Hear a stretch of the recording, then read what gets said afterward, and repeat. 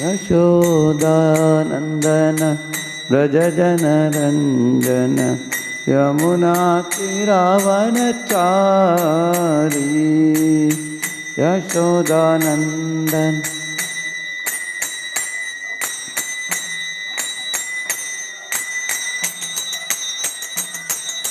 जय राधा माधव कुंज बिहारी गोपीजन वल्लभ गिरिवरधारी।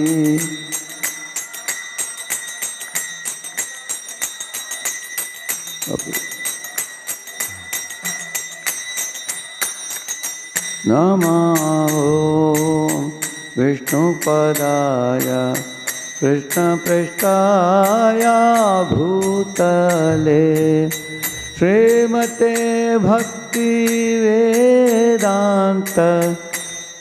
स्वामिनिति नामिने नमः।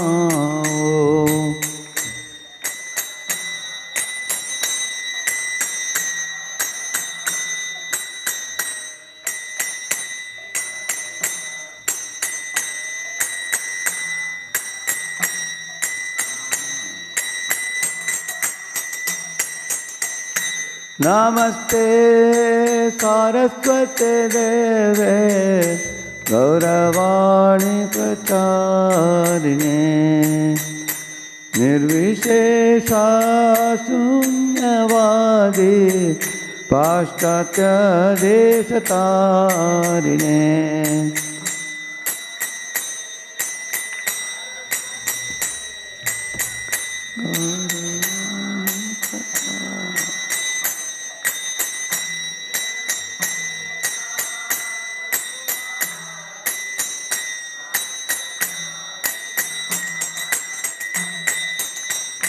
श्री कृष्ण चैतन्य प्रभु नित्यानंद श्री अद्वैत गदाधर श्रीवासादि गौरभक्त वृंद। जय श्री कृष्ण।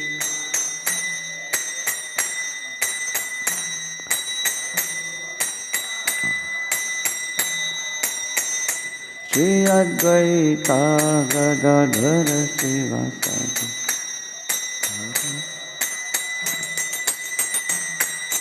हरे कृष्णा कृष्णा कृष्णा हरे हरे हरे राम राम राम हरे हरे।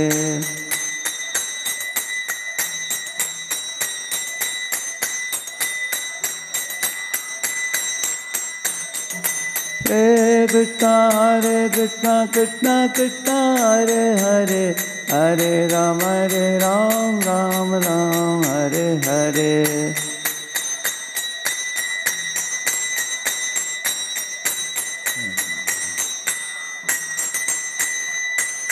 जय श्री श्री राधा गोविंद देव की। श्री श्री जगन्नाथ बलदेव सुभद्रा महारानी की। श्री श्री गौर निताई की। श्रील प्रभुपाद की। समावेत गौर भक्त वृंद की। ओम अज्ञानतिमिरन्धस्य ज्ञानाञ्जनशलाकया। धीरे सो नो ये पावर इज नॉट कमिंग। ओम अज्ञानतिमिरन्धस्य ज्ञानाञ्जनशलाकया। यहाँ देवी ना कनेक्टिंग पावर पॉइंट ये पावर इज ओनली 30%। चक्षुरुन्मीलितं येन तस्मै श्रीगुरवे नमः। श्रीचैतन्यमनोभीष्टं स्थापितं येन भूतले स्वयं रूपः कदा मह्यं ददाति स्वपदान्तिकं। वन्देऽहं श्रीगुरोः श्रीयुतापदकमलं श्रीगुरून् वैष्णवांश्च। श्रीरूपं साग्रजातं सहगणरघुनाथान्वितं तं सजीवं साद्वैतं सावधूतं परिजनासहितं कृष्णचैतन्यदेवं श्रीराधा कृष्णपादान् सहगणललिता श्रीविशाखान्वितांश्च। नमो ॐ विष्णुपादाय कृष्णपृष्ठाय भूतले श्रीमते भक्तिवेदान्तस्वामिनिति नामिने नमस्ते सारस्वते देवे गौरवाणी प्रचारिणे निर्विशेष शून्यवादी पाश्चात्य देशतारिणे वाञ्छाकल्पतरुभ्यश्च कृपा सिन्धुभ्य एव च पतितानां पावनेभ्यो वैष्णवेभ्यो नमो नमः। जय श्री कृष्ण चैतन्य प्रभु नित्यानंद श्री अद्वैत गदाधर श्रीवासादि गौर भक्तवृंद। हरे कृष्ण कृष्ण कृष्ण हरे हरे, हरे राम राम राम हरे हरे।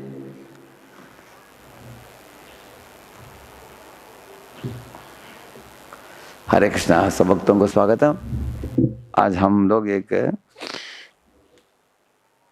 शाम के सत्र में एक सेमिनार करने वाले थे, हाउ कैन गृहस्थ practically take shelter of Krishna. You have the notes of this Prabhu? इनके पास था, रसायन प्रभु के पास नोट्स था इसका। हाँ, यू कैन जस्ट चेक, उसको सर्कुलेट करना, डिस्ट्रीब्यूट कर देना उसको। हाँ, व्हाट्सएप किया आपने? या Who is the same title? How can Grihasthas practically? Correct, no? Yeah, okay. तो प्रातः काल में हम एक विषय के ऊपर चर्चा कर रहे थे, उसका कंटिन्यूएशन है, ये दूसरा सेमिनार है। ये महत्वपूर्ण विषय है क्योंकि हमारे संप्रदाय में श्रील भक्तिविनोद ठाकुर उनके खानदान में 10 बच्चे का जन्म हुआ और वो भी हाई कोर्ट मैजिस्ट्रेट थे। वो इतने बड़ी नौकरी, इतने संसार बड़ा था उनकी, तो लोगों को शंका होता है, आश्चर्य होता है कि उन्होंने कैसे संभाला होगा 10-10 बच्चों को।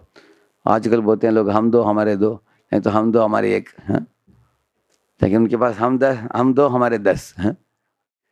ऐसे इतने बड़े परिवार को भी संभाला उन्होंने, नौकरी को भी संभाला, साथ साथ उन्होंने 100 किताब से ज़्यादा किताब लिखा है उन्होंने। हाँ, और महान आचार्य भी थे परंपरा, हमारे परंपरा में बुद्धिमान भक्तिमान। हाँ, एक आदर्श उदाहरण, वो ये गृहस्थ ही नहीं थे, परमहंस भी थे वो। हाँ, इसी तरह हमारे प्रभुपाद जी भी संन्यास आश्रम लेने के पहले पूर्व आश्रम में, गृहस्थ आश्रम में उनके 5 बच्चे थे, उनके 5 बेटों को बड़ा किया, घर की जिम्मेदारियों को भी निभाया और उचित समय पर संन्यास भी ले लिया उन्होंने। ऐसा एक घटना मैंने सुना प्रभुपाद के जीवन में। एक समय जापानीज लोग बम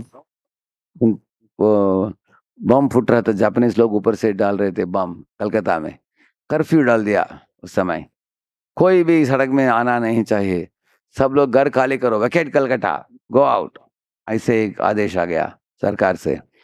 सब लोग खाली करके अलग अलग बस्ती में चले गए।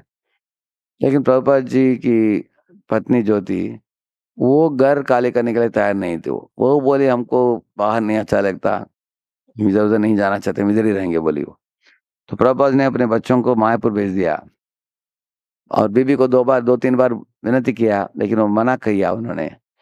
प्रभुपाद ने बोला, देखो पति का कर्तव्य है पत्नी को संभालना, अगर मैं तुमको छोड़कर बच्चों के साथ मायापुर चले जाऊंगा तो लोग मुझे बोलेंगे लापरवाही है कि मैंने जिम्मेदारी नहीं निभाई, इसलिए मैं ठहरूंगा।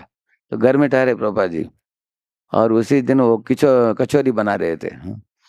तो कचौरी बनाते बनाते हरे कृष्ण गा रहे थे वो, और उनको बम फूटने का आवाज सुनाई देता था, ऐसा सुनाई देता था ऐसे। तो प्रभुपाद जी सुनते थे, फिर भी डरे नहीं, कीर्तन करते हुए कचौरी बना रहे थे। प्रभुपाद जी बोलते हैं, मैंने सोचा अगर हमारे घर के ऊपर बम फूट जाता है, हम मर जाते हैं, नो प्रॉब्लम, हरे कृष्ण गाते हुए मरेंगे। लेकिन अगर बम फूटा नहीं तो कचौरी बनाकर भगवान को भोग चढ़ाकर कचौरी खाएंगे, ऐसे बोले थे। हमको दोनों दिशा में जाओ, कृष्ण की प्राप्ति है, कुछ चिंता नहीं। तो इस तरह के गृहस्थ आश्रम में जिम्मेदार रहे प्रभुपाद जी, अपने बाल बच्चों को भी संभाला, पत्नी को भी संभाला, नौकरी भी किया, कमाया भी, और उचित समय पर उन्होंने संन्यास भी लेकर बहुत जोरदार प्रचार करके गुरु को भी खुश किया उन्होंने।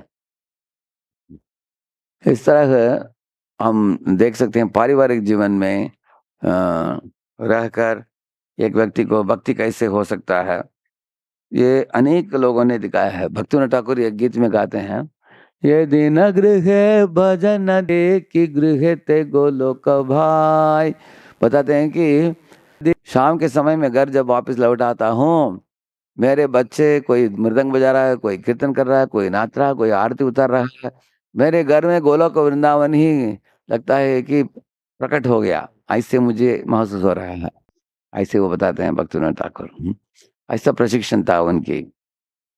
तो इस तरह आज के सत्र में हम लोग अलग-अलग टाइटल के ऊपर हम चर्चा करेंगे। सर्वप्रथम establish daily dependence on Krishna. तो अगर भगवान का आश्रय लेना हो, वो ऐसा नहीं कि कुछ लोग सोचते हैं अभी हम अपक्व हैं, 10-20 साल होने के बाद हम इतने परिपक्व बन जाएंगे, उसके बाद हम आश्रय लेंगे। इधर बताया गया है नहीं, उस समय के लिए आप इंतजार मत करो, हर दिन आश्रय लो। कैसे लेना है? इधर बताया गया है कि taking shelter begins not in the crisis but in daily consciousness. ऐसा नहीं कि सिर्फ हम खतरे सामना करते समय भगवान का आश्रय लेना चाहिए, ऐसा नहीं है। हाँ, हम हर समय लेना चाहिए भगवान की, सुख में भी दुख में भी। जैसे युधिष्ठिर महाराज को जब ये जो माया दानव ने बना करते हैं ना, माया सभा, इंद्रप्रस्थ मिला था उनको। इंद्रप्रस्थ के जब महल में भगवान कृष्ण ने पांडवों को बोला कि आप जाकर शांति से रहो। जब पहुंच गए उधर, उसके बाद युधिष्ठिर महाराज के मन में एक विचार उठा कि अभी हम ऐसे एक राजस्व यज्ञ करें जिससे सारे दुनिया के लोग समझ जाएंगे कि भगवान श्री कृष्ण ही परम सत्य है। क्योंकि कुछ कुछ लोगों का उस समय सोचना था कि कृष्ण साधारण पुरुष है। तो कृष्ण के गुणगान के लिए उन्होंने ऐसे राजस्व यज्ञ किया। हम बहुत अनेक लोग आए थे, देवता लोग आए थे, ऋषि मुनि आए थे हैं उसमें हैं। बहुत अच्छा हुआ वो उत्सव फेस्टिवल। लेकिन मैंने आपको क्यों बोला, जब उनको पदवी मिला, अच्छा सुख सुविधा मिला, उसको लेकर कृष्ण की गुणगान कैसे किया जाए उन्होंने सोचा। हाँ, if you get opulence one should think how I can use this opulence in Krishna service. तो पांडव लोग कभी भी ऐशाराम में भी, ऐश्वर्य के बीच में भी और गरीबी में भी भूला नहीं भगवान को। जैसे अम्बरीश महाराज थे सारी दुनिया का राजा, लेकिन कृष्ण को एक क्षण के लिए भी भूला नहीं। इस तरह हम हर दिन भगवान का आश्रय लेना चाहिए, क्योंकि भगवान खुद ही बोलते हैं, those who always think of me. अनन्याश्चिन्तयन्तो मां ये जना पर्युपासते तेषां नित्याभियुक्तानां योगक्षेमं वहामि अहम्। भगवान बोलते हैं कि मैं खुद उनके पालन पोषण करूंगा। किसका? अनन्याश्चिन्तयन्तो मां, मेरे बिना किसी और का चिंतन न करते हुए। अनन्याश्चिन्तयन्तो मां ये जना पर्युपासते तेषां नित्य अभियुक्तानां बोलते हैं। नित्य का मतलब है डेली, हर दिन हर समय मेरा चिंतन में, जो मेरे सेवा में, चिंतन में, चेतना में जो रहते हैं, उनको मैं योगक्षेम वहाम्यहम मैं करता हूँ। भगवान ने बताया ऐसे। तो अभी आज हम सीखेंगे आश्रय का असली मतलब क्या है। इधर बताया गया है, नामों को श्रद्धा पूर्वक जपना, शास्त्र को रोज अध्ययन करना, और भगवान को भोग चढ़ाना और आरती उतारना। इस तरह अगर हम कोई नियमित रूप से रोज करता जाता है, उससे भगवान के ऊपर निर्भरता बढ़ता है और हमेशा हम कृष्ण भावनामृत में स्थित हो पाते हैं और डिस्ट्रैक्शन से दूर चले जाते हैं। तो आजकल लोग जो शिकायत करते हैं कि हमें बहुत डिस्ट्रैक्शन है, इसका मतलब है वो कृष्ण कैंकरी में ज्यादा लगे नहीं है। हाँ? अगर कोई कृष्ण कैंकरी को बढ़ाएगा उसके जीवन में, उसको इतना समय कृष्ण के साथ जाएगा कि उसके डिस्ट्रैक्शन के लिए उसको फुर्सत मिलेगा ही नहीं। उदाहरण के लिए प्रभुपाद की अपेक्षा थी कि रोज लोग उनके किताब को 2 घंटा पढ़े और आरती उतारे, 2 घंटा नाम जपे, और भगवान को भोग चढ़ाए, और बाहर जाकर किताब के वितरण करे, हरिनाम संकीर्तन करे। किधर फुर्सत हमारे पास बाकी चीज करने के लिए है? कोई बोलता है डिस्ट्रैक्शन है मेरे जीवन में, उसका मतलब उसके पास फुर्सत है डिस्ट्रैक्शन के लिए। तो अगर हम अ, हमारे समय को भर देते हैं दिव्य कैंकर्यों में, तो हम सब तरह की दुनिया की प्रलोभनों से ऊपर उठ जाएंगे हम। हाँ, ये पॉइंट, और उससे और एक एडवांटेज क्या है, हमें आश्रय का अनुभव होगा एक वक्त को। ऐसे हाँ, जितना जैसे एक लोहे को आग में डालने से तप जाता है, आग जैसे ही बन जाता है वो, हाँ, उस लोहे को बाहर निकाल कर एक कागज को छूने से वो जला देता है उसको, हाँ। इस तरह ही एक व्यक्ति की शरीर, पूरा शरीर मन वाणी दिव्य बन जाते हैं इन कार्यों से। देखिए गृहस्थ कोई भी कुछ खास निर्णय लेना हो जीवन में, नौकरी बदलना हो, पैसा के संबंध में, बच्चों की पढ़ाई इत्यादि के संबंध में, वो क्या करते हैं, कोई भी आदर्श गृहस्थ तो एक माला जप कर भगवान को प्रयत्न करते हैं, हे कृष्ण मुझे मार्गदर्शन दीजिए, हाँ, और मैं ऐसे मुझे मार्गदर्शन दीजिए जिससे हम लोग आपसे दूर न चले जाए, आपके श्री चरणों के निकट आए, इस तरह। तो हम क्या करते हैं, कभी भी हमारे जीवन में कुछ भी निर्णय लेना हो, भगवान को उसमें इन्वॉल्व करते हैं, involving the Lord in our decisions by doing प्रार्थना टू हिम। तो इधर देखिए दो गृहस्थों के बारे में बताया गया। एक गृहस्थ है, उठते हैं, फोन चेक करते हैं, भागते हैं नौकरी के लिए, माला करते नहीं है सुबह, पूरा दिन का स्ट्रेस है, हाँ, क्रोध है, चिंता है, और माला बचा है। दूसरा है गृहस्थ, इधर जल्दी उठ जाते हैं, नाम जपते हैं, प्रार्थना करते हैं, कृष्णा मुझे मार्गदर्शन दीजिए आज के लिए, हाँ, और समस्याएं आते हैं लेकिन वो शांति से उसको ठीक कर देते हैं। तो ये दो गृहस्थों का उदाहरण जो दिया है, ये हर एक व्यक्ति अपने जीवन को, जीवन शैली को देख सकता है, हमारा जीवन शैली किस तरीके से चल रहा है। दोनों के लिए एक ही तरह का समस्या है, लेकिन जो कृष्ण के ऊपर निर्भर है, वो समस्याओं को झेलने के लिए शक्ति कृष्ण से प्राप्त होता है। जैसे भगवान कृष्ण एक श्लोक में बताते हैं, मच्चित्ता सर्व दुर्गाणि मत प्रसादात् तरिष्यसि अतच्चेत्त्वमहंकारं न श्रोष्यसि विनक्ष्यसि। बताते हैं अर्जुन, तुम इस दुनिया में अलग अलग समस्याओं को झेलना होता है, तुम मेरे आश्रय जब लोगे, मैं तुम्हारे साथ दूंगा। भगवान बताते हैं मत प्रसादात् तरिष्यसि, मेरे कृपा से तुम उन समस्याओं को पार कर पाओगे। भगवान ने नहीं बोला अर्जुन को समस्या नहीं रहेगा, समस्या रहेगा, लेकिन मैं तुम्हारे साथ रहूंगा और मैं तुमको सुझाव देते रहूंगा क्या करना है। जैसे भगवान ने अर्जुन को बोला क्या क्या करना है।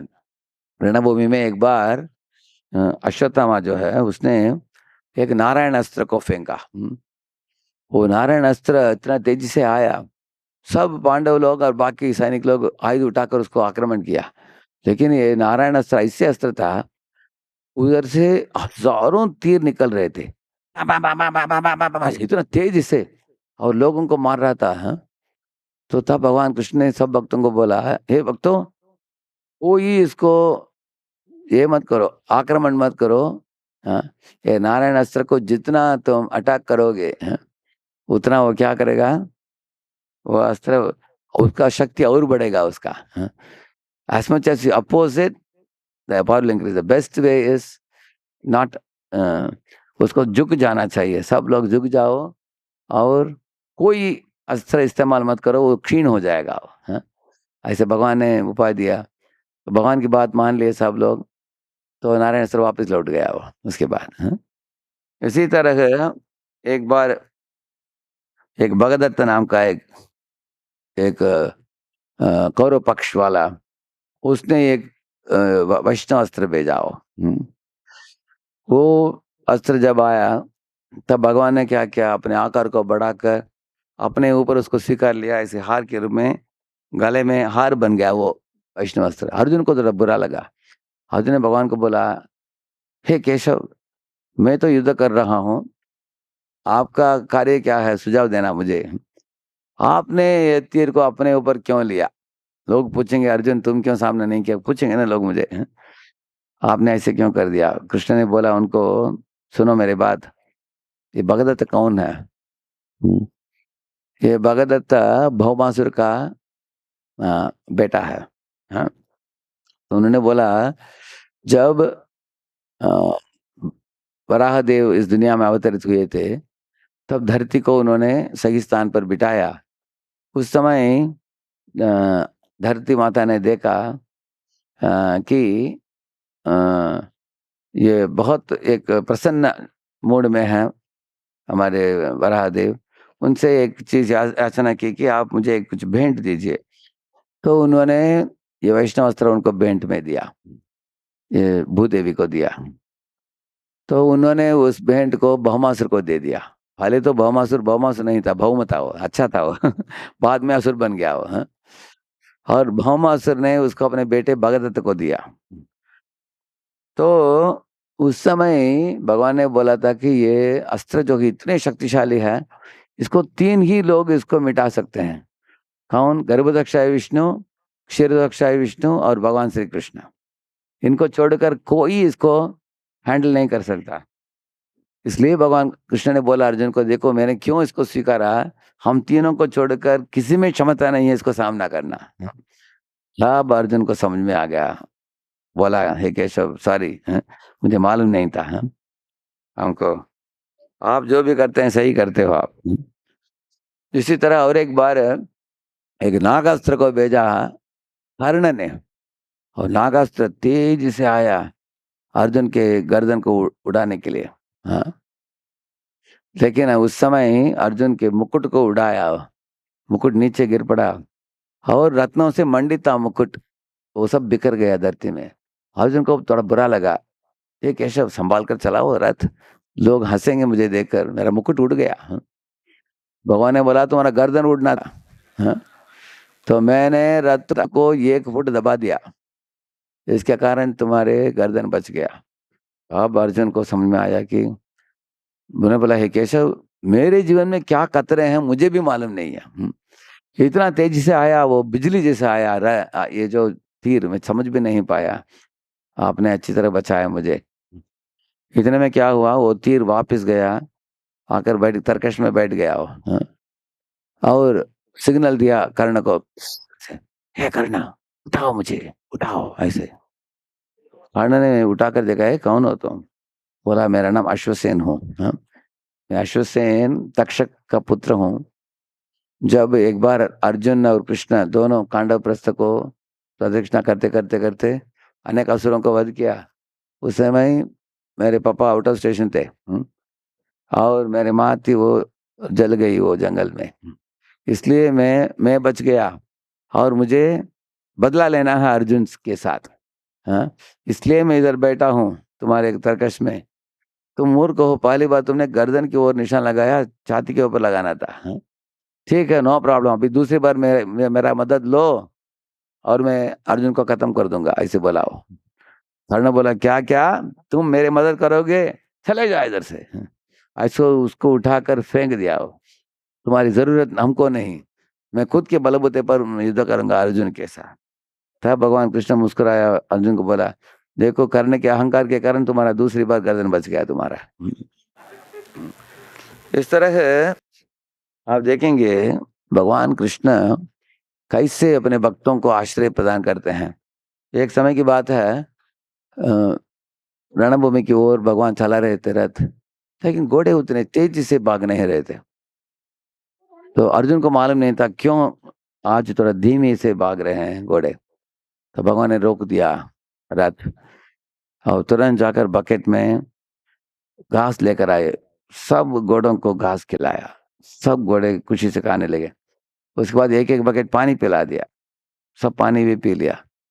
उसके बाद हर घोड़े के पास जाकर भगवान ने उनके एक एक पाँव लेकर दबाया, भगवान ने ऐसे। हैं? तो घोड़ों को अच्छा लगा, घोड़े दिखाने लगे, ये भी ऐसे दिखाने लगे घोड़े हैं। तो घोड़ों को इतना अच्छा लगा कि भगवान देखो सही ढंग से समझ लिया, हमारी जरूरतों को समझ लिया भगवान ने। हाँ? तो ये सब होने के बाद जब भगवान बैठे, घोड़े बिजली के समान दौड़ने लगे, टक टक टक टक टक टक दौड़ने लगे। हाँ? तो भगवान देखिए, अर्जुन है युधिष्ठिर के सेवक, और अर्जुन के सेवक घोड़े हैं, और भगवान घोड़ों को भी सेवक बने। हाँ, आप देख सकते हैं, servant of the servant of the servant, आप देख सकते हैं। तो भगवान के इस तरह के कार्यकलापों को देखकर भक्तों के हृदय पिघलता है। भक्त लोग सोचते हैं कि ऐसे भगवान का आश्रय कौन नहीं लेगा। हाँ? इसलिए हम लोग हर दिन भगवान के ऐसे लीला चेष्टाओं का स्मरण करना और उनसे प्रार्थना करना चाहिए। क्योंकि इस दुनिया का समस्या बदलने वाला नहीं है, समस्या तो जैसे कि वैसे रहेगा, सबके लिए एक ही है समस्या। जैसे अगर बारिश होता है उसके साथ एसिड भी आता है। तो अगर कोई सड़क में चलेगा एसिड के साथ उसके हाथ पैर में घाव हो जाएंगे। लेकिन अगर आपके पास एक छत्र हो, हाँ, छतरी पकड़ा हो आप, तब वो एसिड आपको घाव नहीं पहुंचा सकता। इस तरह भगवान की आश्रय ही हमारे लिए छतरी है। हाँ, बाकी लोगों को भी वही समस्या, हमको भी वही समस्या है, लेकिन हमारे पास एक छतरी है जो उनके पास नहीं है। We have the shelter of Krishna which people who are non devotees don't have. हाँ, ये बात है। इसलिए the problems didn't change but dependence changed, you see. So start your day with O Lord use me today as your instrument. मुझे आपके एक निमित्त के रूप में आप इस्तेमाल कीजिए मुझे। ठीक, अभी एक क्विज है, एमसीक्यू पढ़िए, कोई हिंदी में बोलिए वो। What is real shelter?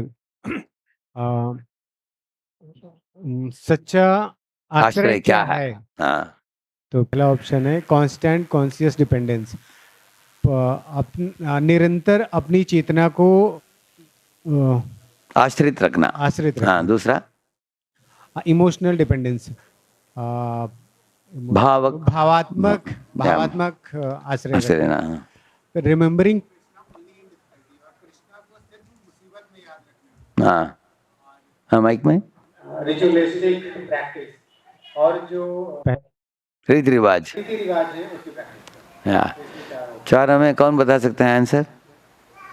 हाँ, बोलिए माता।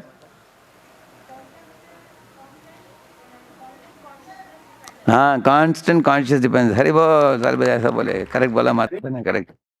हाँ, दूसरा प्रश्न। Why do many people know shelter? बहुत सारे लोगों के पास आश्रय नहीं है। नहीं, फील नो शेल्टर, आश्रय का अनुभव क्यों नहीं करते हैं अनेक लोग? या लैक ऑफ टाइम, समय की कमी, लैक ऑफ नॉलेज, ज्ञान की कमी, लैक ऑफ एसोसिएशन, संग की कमी, भक्त संग की कमी, लैक ऑफ कंसिस्टेंट रिमेम्बरेंस, और सतत भगवान के स्मरण। हाँ, कौन बोल सकते हैं? हाथ ऊपर कीजिए, किसको मालूम आंसर? हाँ, बोलिए प्रभु। करेक्ट, हरि बोल। Lack of consistent remembrance. Consistent मतलब है रोज भगवान के कार्यकलापों का आश्रय लेना। वो ना करने के कारण लोगों का आश्रय का अनुभव नहीं होता। इसका मतलब है जो व्यक्ति जल्दी सोकर जल्दी उठकर प्रातः काल में उठकर नाम जपना, आरती उतारना, भगवान को सर झुकना, हार बनाकर चढ़ाना, और गीता भागवत पढ़ना, दूसरों को बताना, और शाम को आकर कुछ किताब वितरण करना, प्रसाद वितरण करना, आरती उतारना, ये सब जो करता है कंसिस्टेंटली, जो करता है उसको आश्रय का अनुभव होगा उसको। जो रेगुलर नहीं करता है, अनेक लोग रेगुलर क्या करते हैं, स्मार्टफोन को खोलते हैं, स्क्रॉलिंग करते रहते हैं, और अनेक चीज़ें बातें करते हैं, पॉलिटिक्स के बारे में बातें करते हैं, अलग अलग चीज़ों के बारे में। तो हमारे एक्टिविटी जो ज़्यादा करते हैं उसका ही आश्रय मिलता है हमको। अनेक लोगों को भौतिक आश्रय मिल रहा है, लेकिन आध्यात्मिक आश्रय तब महसूस होगा जब हम आध्यात्मिक चीज़ों करते हैं। हाँ, नेक्स्ट क्वेश्चन। भगवान का आश्रय है और कैसे पता चलेगा कि भगवान इसका लक्षण क्या है? नो प्रॉब्लम, मतलब जिनके जीवन में कोई समस्या नहीं है, पीस डिस्पाइट अनसर्टेनिटी, शांति, इतनी सारी अशांति चीजों के बाद भी शांति, मटेरियलिस्टिक। नहीं, अनसर्टेनिटी मीन्स इस दुनिया में अशाश्वत, अनिश्चित, या अनिश्चित परिस्थितियों के बीच में भी शांति। भौतिक सफलता, सोशल रिस्पेक्ट और सामाजिक सम्मान। या करेक्ट। कौन जानता है आंसर? कौन? आपने बोल दिया आंसर, आपने भी बोल दिया, जो बोला नहीं आप बोलिए। पहले वाला, इधर इधर इधर सामने, आपने बोल दिया है ना? पहले नहीं बोला, इन्होंने बोला है, आप बोलिए। Correct, peace despite uncertainty. Hari बोल। अनिश्चित दुनिया के समस्याओं के बीच में भी एक शांति का अनुभव वो व्यक्ति करता है जिसके पास कृष्ण का आश्रय है। Thank you. तो पहला पॉइंट था। दूसरा point, offer your work as a seva. हाँ, जो कर्म जो है उसको सेवा के रूप में कैसे परिवर्तित किया जाए। आपने सुना होगा वर्क इज वर्शिप, लोग बोलते हैं। हाँ, वैसे देखा जाए तो गधा भी बहुत कसरत करता है, क्या उसके काम को हम बोल सकते हैं वर्शिप? हाँ, work is not worship, work is mundane and worship is divine. अगर हमारे काम भौतिक है और भगवान की पूजा दिव्य है, हमारे काम कब दिव्य होगा? अगर उस काम के फल को हम भगवान को अर्पित करते हैं, अब वो दिव्य होता है। करेक्ट है ना? अगर कोई व्यक्ति काम कर रहा है लेकिन सोचता है कि मैं करता नहीं हूँ, मैं भगवान के हाथ में निमित्त हूँ, ऐसे वो सोचता है। जैसे हनुमान को पूछा गया कि तुम कौन हो तुम? ऐसे रावण ने पूछा। दासोहम कौशलेंद्रस्य रामस्य अक्लिष्ट कर्मणः। वो बोले हनुमान, मेरा नाम दासोहम, मेरा नाम हनुमान है करके नहीं बोला उन्होंने। वो आर यू? उन्होंने बोला दासोहम कौशलेंद्र से, मैं कौशलेंद्र और रामचंद्र का दास हूँ। और रामचंद्र कौन है? अक्लिष्ट कर्मण है। वो राम के अंदर एक लेश मात्र भी उनके चरित्र में कलंक नहीं है। ऐसे शुद्ध पुरुष, उत्तम पुरुष राम, उनके मैं दास हूँ। इतना ही बोला, हनुमान नाम भी नहीं बोला। उससे पता चलता है उनका चेतना क्या है। हमेशा अपने आप को सोच रहे थे कि मैं रामदूत हूँ, मैं रामदूत हूँ, मैं रामदूत हूँ, राम का एक भेजा हुआ एक उनका सेवक हूँ। ये भावना में ही हनुमान रहते थे। तो हम लोग भी हमारी भावना को बदलना पड़ेगा।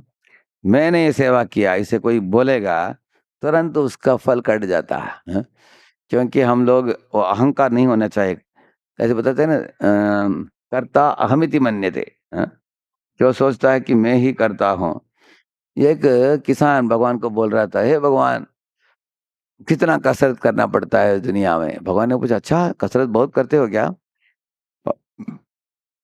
भगवान ने उनको पूछा, तुमको ये बीज कौन दिया, आम का बीज? भगवान ने बोला, आप ही दिया। आम का बीज के अंदर अंकुरित होकर बड़े पौधा बनकर पेड़ बनने का क्षमता किसने रखा उस बीज में? आपने ही रखा। और धरती जिधर तुम उसको बीज को बोते हो, वो धरती कौन दिया तुमको? वो भी आपने ही दिया।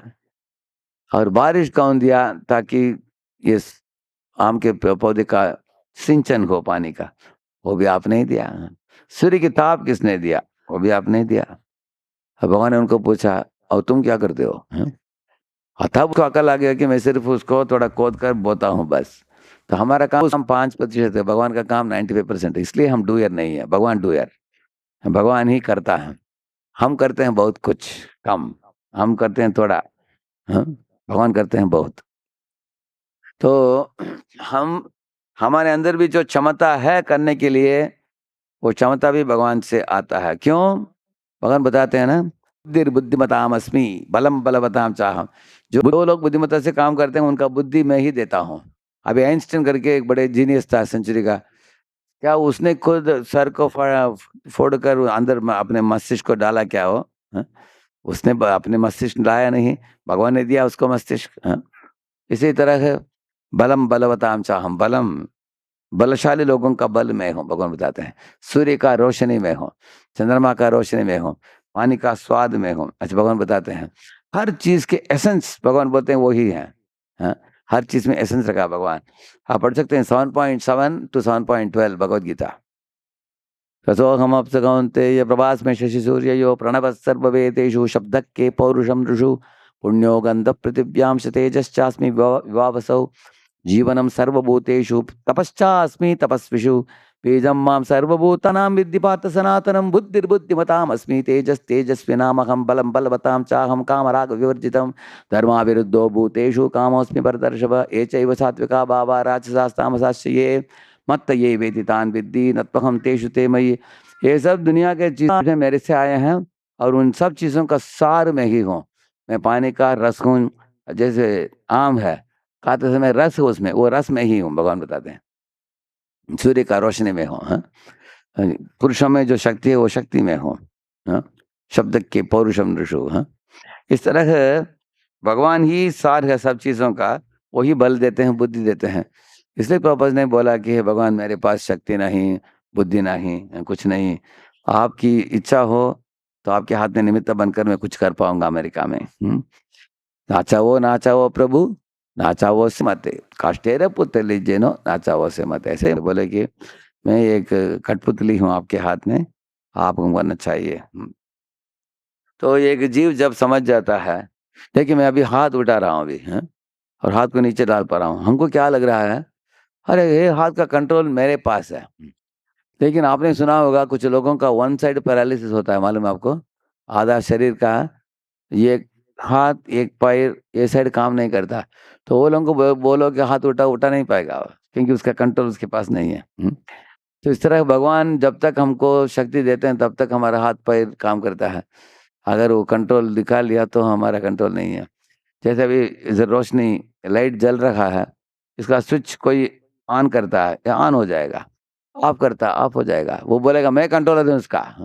लेकिन इलेक्ट्रिसिटी बोर्ड वाले शट डाउन कर दिया पावर, इनका ऑन ऑफ करने का क्या मतलब? हाँ? इधर ऑन करेगा ऑफ करेगा, बंद ही रहेगा वो। हाँ? इस तरह हमारा थोड़ा कंट्रोल है, लेकिन भगवान का पूरा कंट्रोल है। हाँ? इसलिए अंततोगत्वा भगवान ही सब कार्य करवाते हैं जीवों के द्वारा। हाँ? हम उनके हाथ में एक कठपुतली हैं। ये बात जो ये समझकर जो कार्य करता है, तो अपने कर्म फल को अर्पित करना उनके लिए बहुत आसान है। उदाहरण के लिए एक जमींदार था, उसने एक माली को लगाया काम में। बोला कि माली 1 एकड़ ले लो, इधर बीज दे रहा हूँ तुमको, इधर एक मोटर लगाया हूँ, इधर से पानी का होस पाइप है, तुम पानी लेकर सब सिंचन करो, और 1 एकड़ में भगवान के लिए फूल बनाओ। हाँ, रंग बिरंगे फूल बनाओ। तो माली बढ़ाया, गार्डन बढ़ाया, बढ़ गया वो गार्डन, और फूल निकलने लगा, रंग बिरंगे सुगंधित फूल। तो फूल इत्यादि को तोड़कर वो टोकरी में लेकर आया, उसको लगा कि कितना अच्छा अच्छा फूल मैंने बनाया। अभी ये सब फूल किसका है? ये माली का है, जमींदार का है? आपको क्या लग रहा है? किसी को पता नहीं है किसका है? नहीं, मैं दो ही प्रश्न पूछा, ये जमींदार का है माली का है? क्यों जमींदार का? क्योंकि जमींदार ने जमीन दिया, और उन्होंने पानी का होस पे भी दिया है, और बीज भी दिया है, और 1 एकड़ एरिया भी दिया है, और मालिक को वेतन भी दे रहा है वो महीने में, है ना? इसलिए वो सब बनाकर जब फूल निकलता है, वो जमींदार को देगा, और जमींदार अपने बीबी को देगा, और बीबी लगाएगी भगवान को, हार बनाकर भगवान को चढ़ाएगी वो। करेक्ट है ना? ऐसे करेगी वो।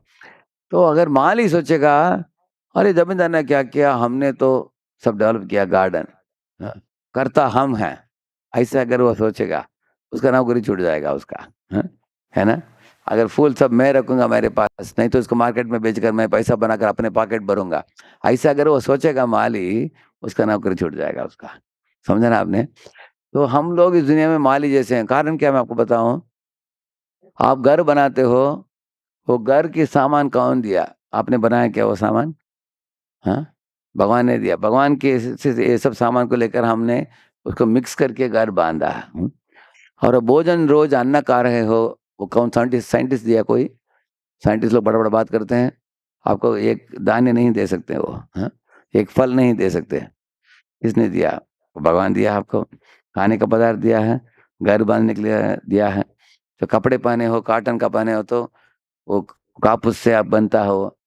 तो इस तरह भगवान ही आपको रोटी, कपड़ा, मकान तीनों दिया है आपको। करेक्ट है ना? जो भी आप इस्तेमाल करते हो। तो भगवान जमींदार है, हम सब कौन है? माली जैसे हम लोग हैं। तो प्रकृति से लेकर हम डेवलप कर, अगर आपने घर बांधा, वो घर भी हमारा नहीं है, किसका है वो? भगवान का। एक भक्त था पुणे में, एक सन्यासी आए थे, महाराज जी मैं मेरे घर में आपको बुलाना चाहता हूँ, मैं गृह प्रवेश मना रहा हूँ, हाँ, इसलिए हम भगवान को ला रहे हैं हमारे घर में, है। ऐसे बोला महाराज। एक महाराज ने पूछा उनका, क्या किसका घर है? पूछा महाराज ने। मेरा घर है महाराज। बोला तो तुम्हारा घर है? वो महाराज बोले, ये तुम्हारा घर नहीं है, वो भगवान का घर है। तो गृह प्रवेश जो बोलते हैं, पहले भगवान प्रवेश करते हैं घर में, और सब कमरे में वो पानी का सिंचन करते हैं। करेक्ट है ना? पवित्र पानी का। उसके बाद भगवान तुमको भी उधर अलो करते हैं ठहरने के लिए। है घर किसका? भगवान का। ऐसे बोले महाराज। हाँ? महाराज बोले इस चेतना में तुमको रहना चाहिए। उनका डैडी का नाम था राधा माधव। बोले ये राधा माधव का घर है, सब कमरे उनके हैं, तो हमको रहने के लिए भी उन्होंने स्थान दिया है इधर, हैं? क्योंकि सामान सब उनका है, हमने सृष्टि नहीं किया इन चीज़ों की, हैं? उनके ही सामान को लेकर हम डेवलप किया है ये सब चीज़। पत्थर उन्होंने दिया, ईंट उन्होंने दिया, हैं? सब पानी उन्होंने दिया, मिट्टी उन्होंने दिया, सब कुछ उनका है। तो उनका घर है, हमको भी अंदर रहने के लिए छोड़ा है। I am not a owner, I am only a custodian. Custodian का मतलब है, उदाहरण के लिए मेरे पास एक स्कूटर है, मैं आपके पास देता हूँ, प्रभु जी मैं गाँव जा रहा हूँ, 2 हफ्ते के लिए आपके पास रखो, मैं आ जाता हूँ। तो 2 हफ्ते के लिए आप कौन हो? आप ओनर हो क्या? आप कौन हो? कस्टोडियन। हिंदी में क्या बोलते हैं उसको? हाँ? कस्टोडियन को क्या बोलते हैं? हाँ? अधिरक्षक? अभिरक्षक, हाँ? अधिरक्षा वा? अधिरक्षा। अधिरक्षा। हाँ, आप अधिरक्षा हैं उसके, हैं? अभी 2 हफ्ते के बाद मैं आकर आपको पूछता हूँ, प्रभु जी अभी स्कूटर वापस लौटा दीजिए, वो आप बोलते हैं, प्रभु जी इतना अच्छा लग रहा है आपका स्कूटर, हैं? हम खुद ही रखना चाहते हैं। इसका मतलब क्या है? आप अटैच हो गए उससे, करेक्ट है ना? तो जिस व्यक्ति से हमने लिया उसको वापस करना चाहिए, तो इस तरह की इस दुनिया में जो भी हम पदार्थ प्राप्त करते हैं वो भगवान के हैं। हम लोग आसक्त होने के कारण भूल जाते हैं कि भगवान के हैं। हम सोचते हैं कि मेरा है और मैं करता हूँ। इसलिए भगवान बताते हैं, प्रकृते क्रियमाणानि गुणे कर्माणि सर्वशः अहंकार विमूढ़ात्मा कर्ता अहमिति मन्यते। ऐसे अहम करके सोचते हैं। वो अहंकार को त्यागने के लिए इधर बताया गया है, भगवान बताते हैं, यत् करोषि यदश्न, इधर 3.30 दिया है श्लोक नंबर, मयि सर्वाणि कर्माणि संन्यस्याध्यात्म चेतसा निराशी निर्ममो भूत्वा युध्यस्व विगत ज्वर। वो श्लोक है वो, बताया इधर भगवान बताते हैं कि जो व्यक्ति समझ लेता है कि सारे दुनिया की सृष्टि मैंने किया। देखिए आप भागवत में पढ़ेंगे, second canto 5th chapter 5th verse 2.5.5 पढ़िए। उधर बताया गया कि भगवान अनंत कोटि ब्रह्मांड को कैसे रचाते हैं। ये एक मकड़ी कैसे अपने मुख से कुछ निकालती है, निकाल कर ऐसे जाल बनाती है, देखा आपने? ऐसे जाकर बीच में बैठ जाती है वो।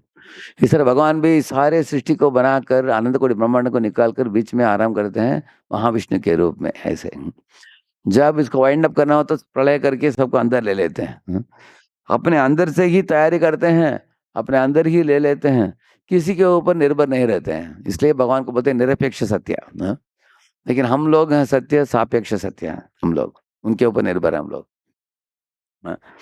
ठीक है। और एक शब्द इस्तेमाल किया उधर, अक्लमः। अक्लमः का मतलब है इतने बड़े ब्रह्मांडों को बनाने के बाद भी भगवान थकते नहीं। हम लोग अगर कुछ सुबह से रात तक काम किया तो थक जाते हैं हम लोग, हाँ, भगवान थकते नहीं, अक्लमः ऐसे बताया। और ये भी बताया कि इस दुनिया में अगर हमको कुछ करना हो तो लेबरर्स चाहिए, पैसा चाहिए और फुर्सत भी चाहिए, टाइम भी चाहिए। एक मकान बनाना हो तो 6 महीना 1 साल लग सकता है।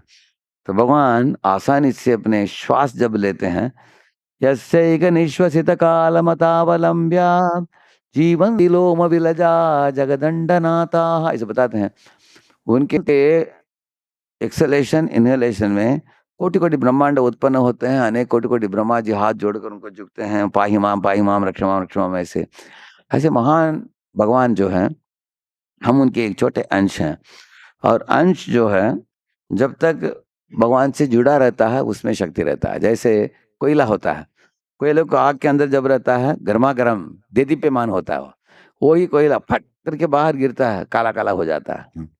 इसी तरह घास जो होती है, अगर वो मूल से जुड़ी हुई है तो वो हरा रहती है, अगर मूल से कट गई तो पीला हो जाती है वो, हाँ।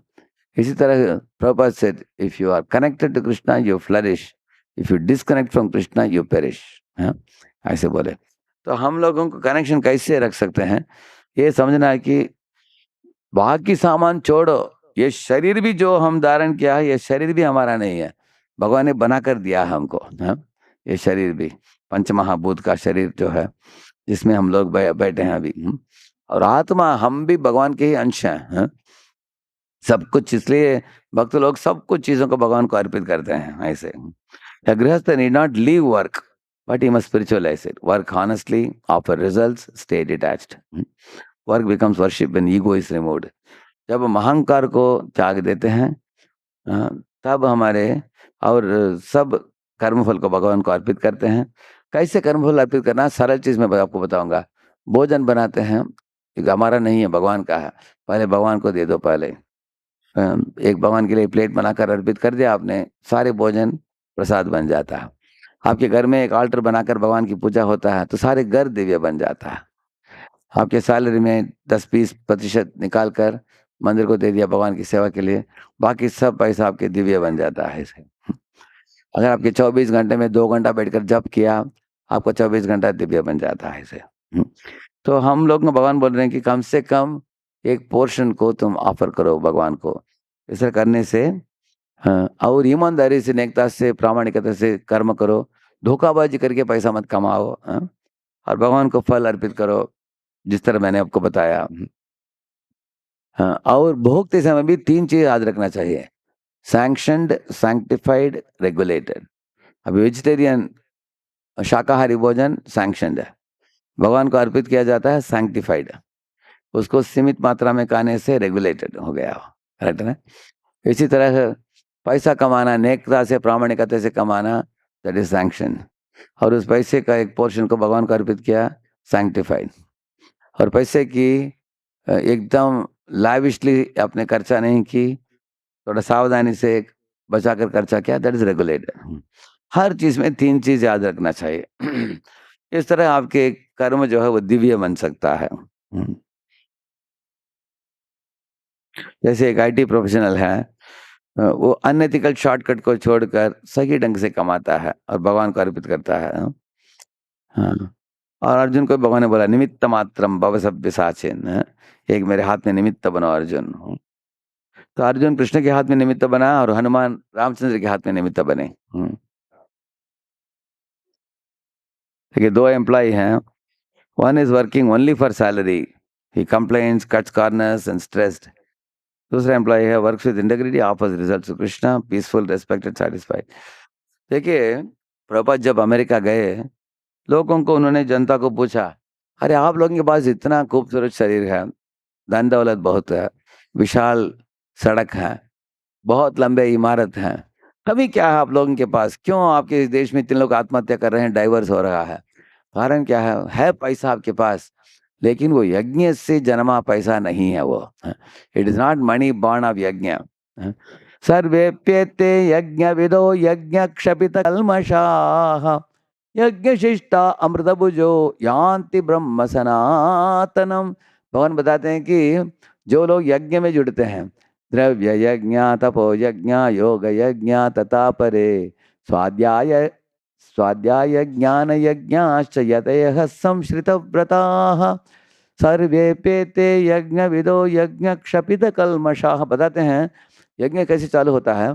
पहले कुछ लोग धान्य देते हैं, अन्न दान देते हैं, कुछ लोग कपड़ों का दान देते हैं, कुछ लोग लोगों को पानी का दान देते हैं समर सीजन में, कुछ लोग धर्मशाला बनाते हैं, कुछ लोग छत्र बनाते हैं, और कुछ लोग घाट बनाते हैं दिव्य, जैसे पंढरपुर में घाट बनाया गया है यात्रिकों के लिए, और कुछ कुछ लोग यात्रिकों के लिए ब्लैंकेट इत्यादि देते हैं।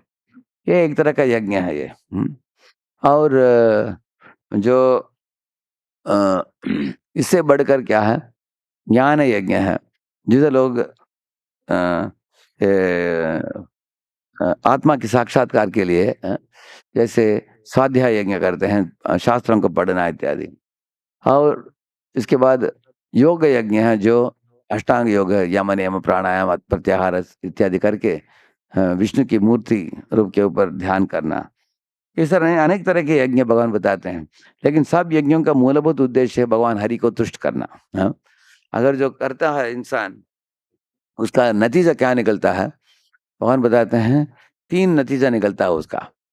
पहला है आपके पाप कर्म का फल नष्ट हो जाता है, सर्वे पेते यज्ञ विदो यज्ञ क्षपित कल्मषा, कल्मष को खत्म कर देता हो, और यज्ञ शिष्टा अमृत बुझो, और उसका नतीजा है अमृतमय होता है। मतलब जो भगवान को दान देता है, भगवान को भोग चढ़ाकर प्रसाद खाता है, अपने घर में भगवान के लिए आटर बनाकर पूजा करता है, अपने समय में 2 घंटा जहाँ नाम जपता है, वो लोगों के चित्त प्रसन्न चित्त हो जाता है, हाँ?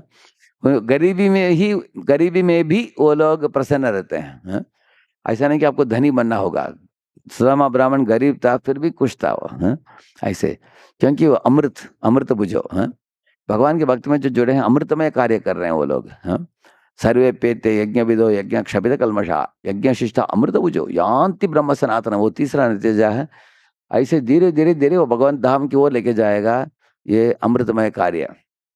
इसलिए जो व्यक्ति भगवान को अपने फल अर्पित करता हो वो शांत रहता है और सब लोग उसको आदर देते हैं उसके, क्योंकि वो उसके मन और इंद्रिय इतना संयमित है, लोग उसको आदर देते हैं, बोलेंगे कि ये धर्मात्मा है, महात्मा है, ऐसे, वो तुष्ट रहता है वो।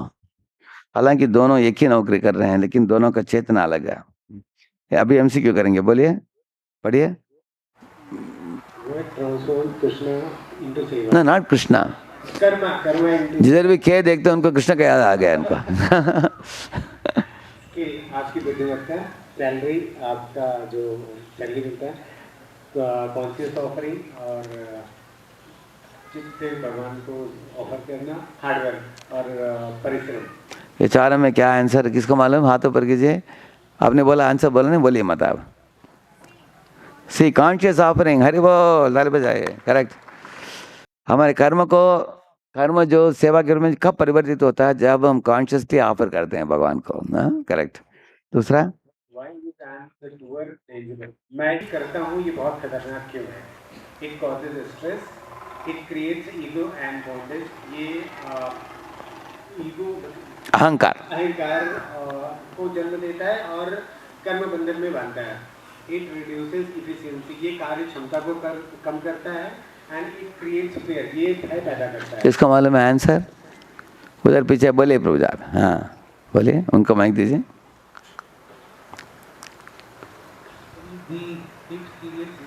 हाँ करेक्ट, हरि बोल। हमारे अहंकार और कर्म बंधन को बढ़ाता है वो, करेक्ट। सी तीसरा क्वेश्चन बोलिए। ट्रू डिटैचमेंट मीन्स असली आसक्ति, विरक्ति क्या है? असली विरक्ति क्या है? नॉट वर्किंग, कार्य ना करना, नॉट केयरिंग, परवाह ना करना, वर्किंग विदाउट इगोइस्टिक ओनरशिप, बिना ममता, स्वामित्व के बिना कार्य करना, करेक्ट। अवॉइडिंग रिस्पॉन्सिबिलिटी, अपनी जिम्मेदारियों को नकारना। हाँ, चार में कौन बता सकते हैं, किसको मालूम? अभी कौन आंसर नहीं दिया? मत आपने दिया नहीं अभी तक? दे दिया आपने। कौन अभी तक नहीं दिया उनको दीजिए, माइक दीजिए। हाँ इधर एक पीछे एक माता जी, उनको दीजिए, इधर पीछे, सेकंड लाइन, सेकंड रो में।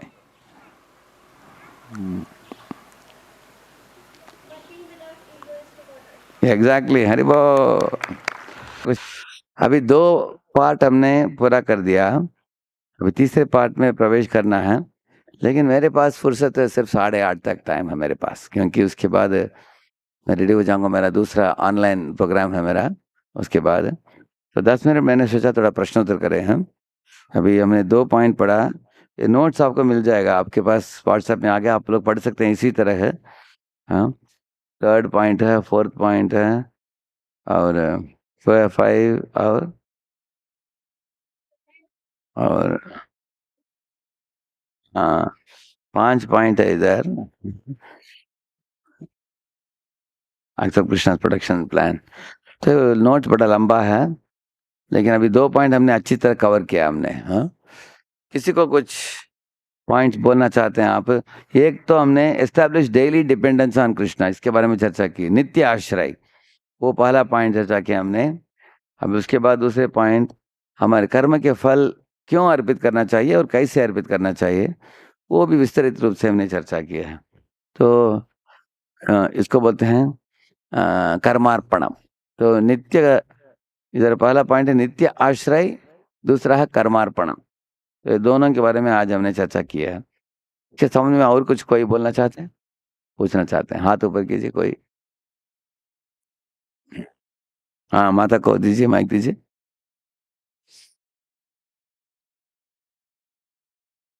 माइक ऑन है माता, उसको ऑन करके देना उनको।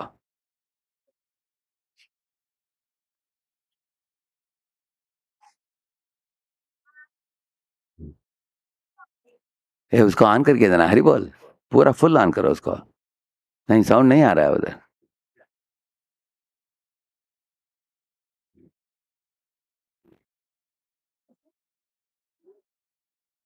क्या आ रहा है, साउंड आ रहा है? हरे कृष्ण। हरे कृष्ण। थोड़ा निकल पर। फॉरगेटफुलनेस जो रहती है, हाँ करेक्ट।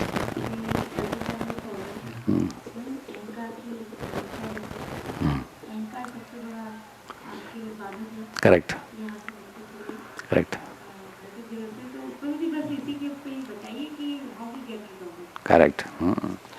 तो हम लोगों को सर्वप्रथम क्या करना चाहिए कि अहंकार को बढ़ाने वाले कार्यों से थोड़ा दूर रहना चाहिए। उदाहरण के लिए मैंने भी क्या किया इसके संबंध में, अहंकार के संबंध में मैं 20 लेक्चर सुना हाँ, मेरे शुरुआत के दिनों में, क्योंकि अहंकार के कारण हमें भक्तों के साथ झगड़ा होता है और अहंकार के कारण हमको गर्व होता है कि मैंने ये कार्य किया है ऐसे।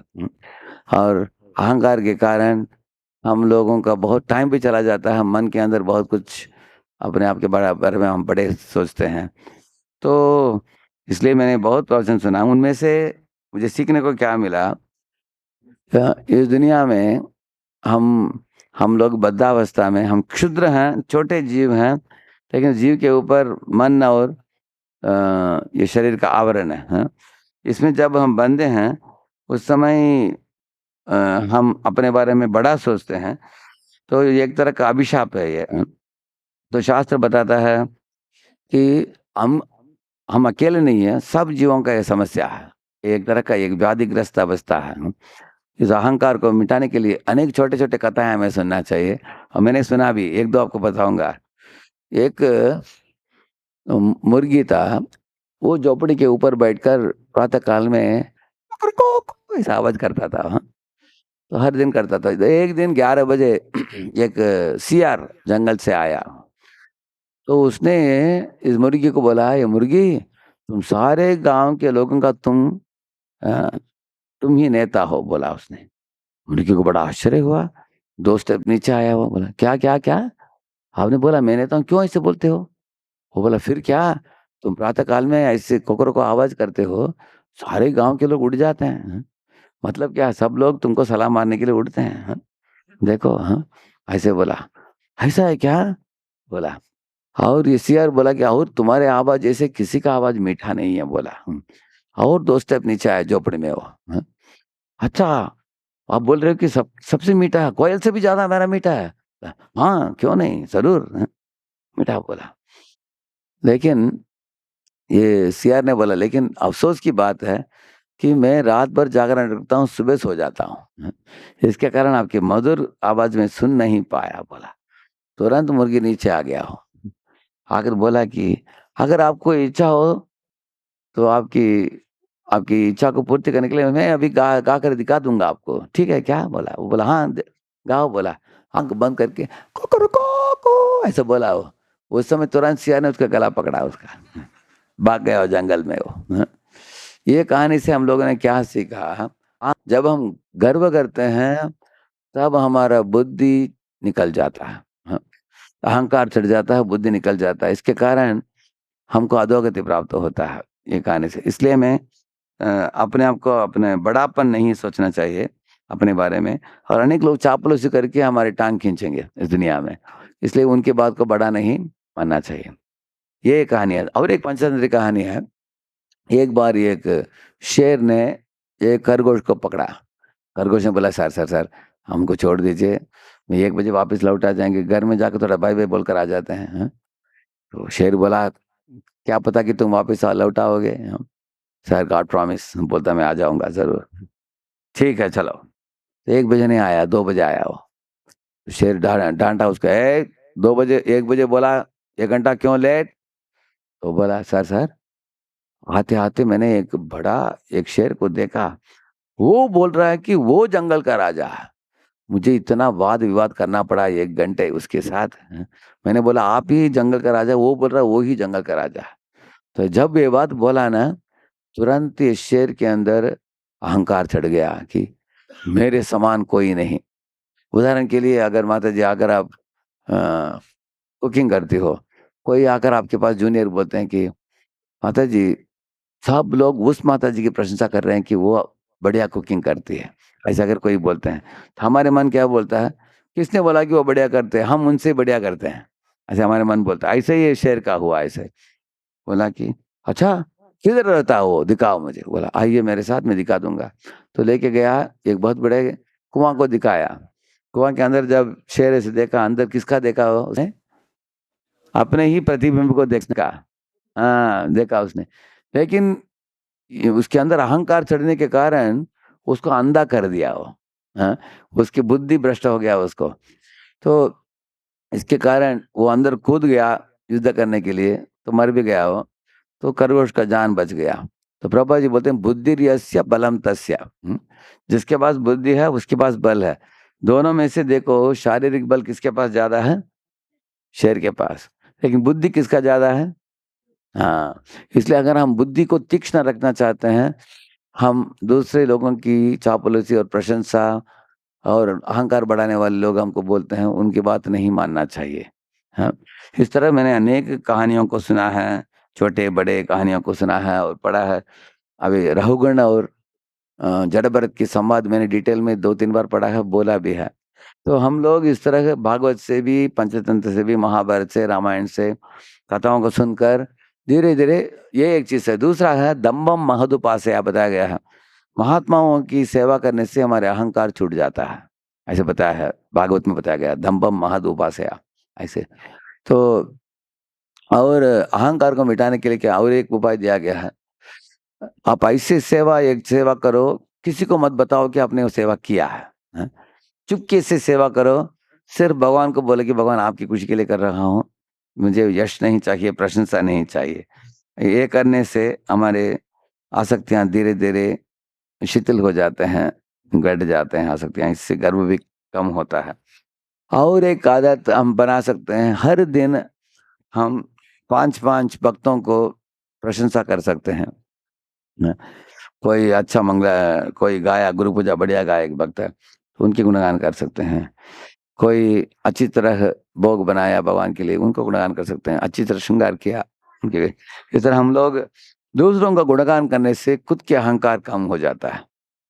Bye praising others glory, we ignore our own glories, we become more humble. और भी हम देख सकते हैं कि सुखदेव गोस्वामी के लेक्चर में उनके गुरु बैठे थे नीचे, कौन? वेदव्यास। और वेदव्यास के भी गुरु नारद, वो भी बैठे थे। तो हम देख सकते हैं कि महात्मा पुरुष कितने नम्र हैं। तो इस तरह महात्मा पुरुषों की नम्रता के बारे में पढ़कर हमारे अंदर भी नम्रता आ सकता है। हाँ, ऐसे जब विदुर जी मैत्रेय के पास गए, मैत्रेय बहुत वृद्ध थे, मैत्रेय। हाँ, तो विदुर जी को देखकर मैत्रेय के आंखों में आंसू बहने लगा। तो विदुर जी ने पूछा, मैं आपसे सीखने के लिए आया हूँ, आप तो भावा इतना भाव आप में उदय हो रहा है, कारण क्या है? वो बोले, विदुर तुम मेरे शिष्य के रूप में आकर सीखने के लिए आए हो, मैं गुरु तुल्य हूँ, तुमको देने के लिए मेरे पास आए हो। लेकिन मुझे तब जब तुमको देखता हूँ, मुझे स्मरण आ रहा है कि भगवान श्री कृष्ण आपके घर में आए थे और अपने दोनों अपने पदक कमलों को आपके गोद में डाल दिया और भगवान लेट गए सोफा में। भगवान ऐसे लेट कर दोनों पाँव रख दिया किसके गोद में? विदुर जी के गोद में। और भगवान सो गए और विदुर जी उनके पाँव मसाज करते रहे। तो ये मैंने सुना है, सत्य बात है कि नहीं? विदुर जी ने बोला हाँ। ये जब मैंने सुना उस समय से मुझे आंखों में आंसू आ रहा है। तो तुम मेरे संग लेने के लिए आए हो, लेकिन मैं तुम्हारा संग ले रहा हूँ, ऐसे बोला उन्होंने। You are you are saying that you want to take my association, but actually who is getting association? I am taking your association. आप मेरे से ज्ञान अर्जित करने के लिए आए हो, मैं आपसे भक्ति की याचना कर रहा हूँ, है? क्योंकि आपको भगवान के श्री चरण को पाद संपादन करने की मौका आपको मिला लक्ष्मी जैसे। आप जैसे भाग्यशाली के साथ संग करने के लिए भगवान ने मुझे मौका दिया, मैं बहुत खुश हूँ। लेकिन मैत्रेय भी ऑर्डिनरी नहीं है, क्योंकि भगवान अपने वैकुंठवास भगवान को होने के पहले उद्धव को भगवान बोल रहे थे, उस समय मैत्रेय जा रहे थे। मैत्रेय भी भगवान को विनती किया, क्या मैं भी सुन सकता हूँ? मैत्रेय भी आकर बैठ गए। मैत्रेय उद्धव दोनों को भगवान ने बोला। हाँ? ऐसे महान व्यक्ति थे, फिर भी कितना नम्रता है। बड़े लोगों की नम्रता को देखकर हमारे अंदर भी नम्रता आएगा। श्रील प्रभुपाद की और भक्तवृंद की। Thank you very much. Hare Krishna. So thank you Rasanand Prabhu for the opportunity. अभी मैं दूसरा कार्यक्रम